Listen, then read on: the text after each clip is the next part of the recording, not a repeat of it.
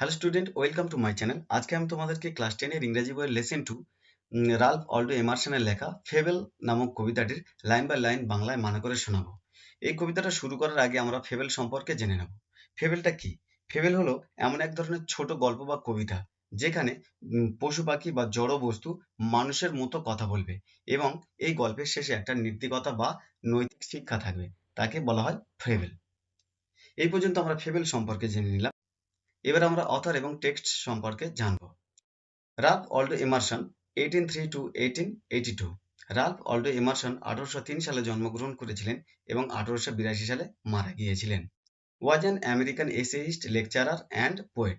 Was an American essayist, তিনি ছিলেন আমেরিকার একজন প্রাবন্ধিক। এসেইস্ট কথার অর্থ হচ্ছে প্রাবন্ধিক।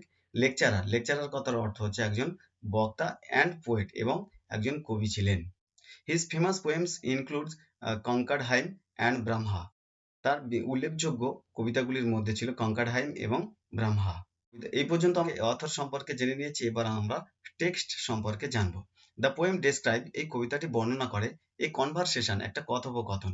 ডেসক্রাইব কথার অর্থ হচ্ছে বর্ণনা করা, আর কনভারসেশন কথার অর্থ হচ্ছে কথোপকথন। Between the squirrel and the mountain, কাঠবিড়ালি এবং পর্বতের মধ্যে। বিটুইন হলো দুজনের মধ্যে বোঝাতে ব্যবহার করা হয়।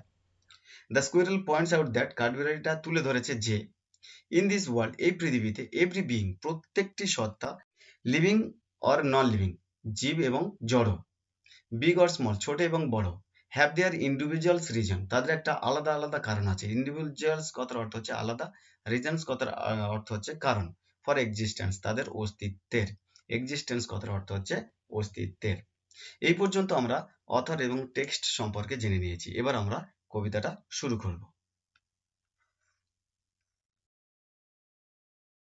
চলো কবিতাটা শুরু করা যাক। The mountain and the squirrel had a quarrel, পাহাড় এবং কাঠবিড়ালির মধ্যে ঝগড়া বেঁধেছিল। কোয়ারেল কথার অর্থ হচ্ছে ঝগড়া।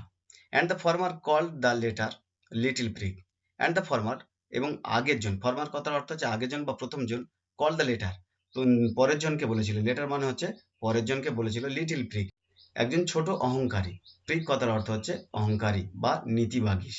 বান রিপ্লাইড, গোল করে থাকা কাঠবিড়ালি উত্তর দিল। বান কথার অর্থ হচ্ছে এখানে গোল হয়ে থাকা, আর এখানে কাঠবিড়ালিকে বোঝানো হয়েছে। ইউ আর ডাউটলেসলি ভেরি বিগ, তুমি নিঃসন্দেহে অনেক অনেক বড়। ডাউটলেস কথার অর্থ হচ্ছে নিঃসন্দেহ, ভেরি বিগ কথার অর্থ হচ্ছে খুবই বড়।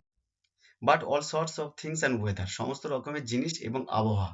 সর্টস কথার অর্থ হচ্ছে বিভিন্ন রকম, আর থিংস কথার অর্থ হচ্ছে জিনিস, বিভিন্ন রকমের জিনিস এবং আবহাওয়া। ওয়েদার কথার অর্থ হচ্ছে আবহাওয়া।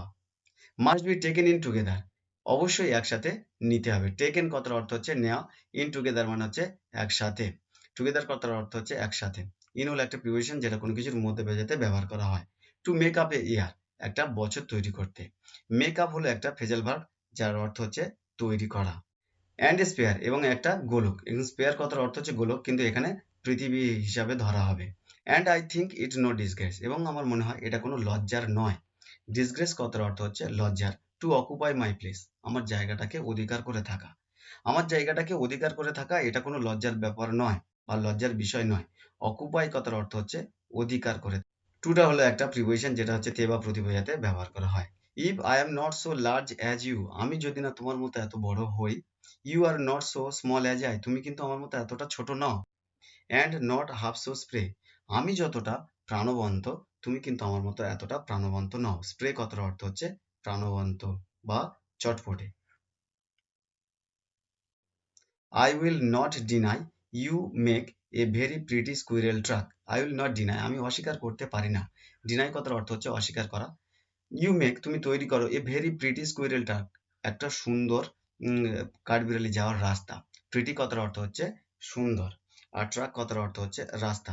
একটা সুন্দর কাঠবিড়ালি যাওয়ার রাস্তা তুমি তৈরি করো, এটা আমি অস্বীকার করতে পারি না। ট্যালেন্টস ডিফার, তোমার আর আমার মধ্যে প্রতিভা আলাদা আছে। ট্যালেন্টস কথার অর্থ হচ্ছে প্রতিভা, আর ডিফার কথার অর্থ হচ্ছে আলাদা। তার মানে তোমার আর আমার মধ্যে যে প্রতিভাটা আছে সেটা সম্পূর্ণরূপে আলাদা। অল ইজ ওয়েল, সবকিছু ভালোই আছে। অ্যান্ড ওয়াইজলি পুট, এবং সুন্দরভাবে সাজানো গোছানো আছে বা বুদ্ধিমত্তার সাথে সাজানো আছে। If I can not carry forest on my back, if I can not carry, যদি না আমি বহন করতে পারি, ফরেস্ট জঙ্গল, অন মাই ব্যাক আমার পিঠে করে, অন হলো একটা প্রিপোজিশন যেটা কোনো কিছুর উপরে বোঝাতে ব্যবহার করা হয়। বলছে যদি আমি আমার পিঠে করে জঙ্গল না বইতে পারি, neither can you crack a nut, তুমি কিন্তু একটা বাদাম ভাঙতে পারো না। যদি না আমি পিঠে করে জঙ্গল বইতে পারি, তাহলে কিন্তু তুমি একটা বাদাম ভাঙতে পারবে না। ক্র্যাক কথার অর্থ হচ্ছে ভাঙা, নাট হলো একটা বাদাম। এই পর্যন্ত ছিল ফেবেল কবিতা। এই কবিতা আমাদেরকে শিখিয়েছে যে নিজের জায়গায় সেরা হওয়াটাই আসল, অন্যের মতো হওয়া উচিত নয়। যদি ভিডিওটা ভালো লেগে থাকে লাইক করে দিও এবং বন্ধুদেরকে শেয়ার করে দিও। এরকম ধরনের ভিডিও পেতে চ্যানেলটিকে সাবস্ক্রাইব করে দিও।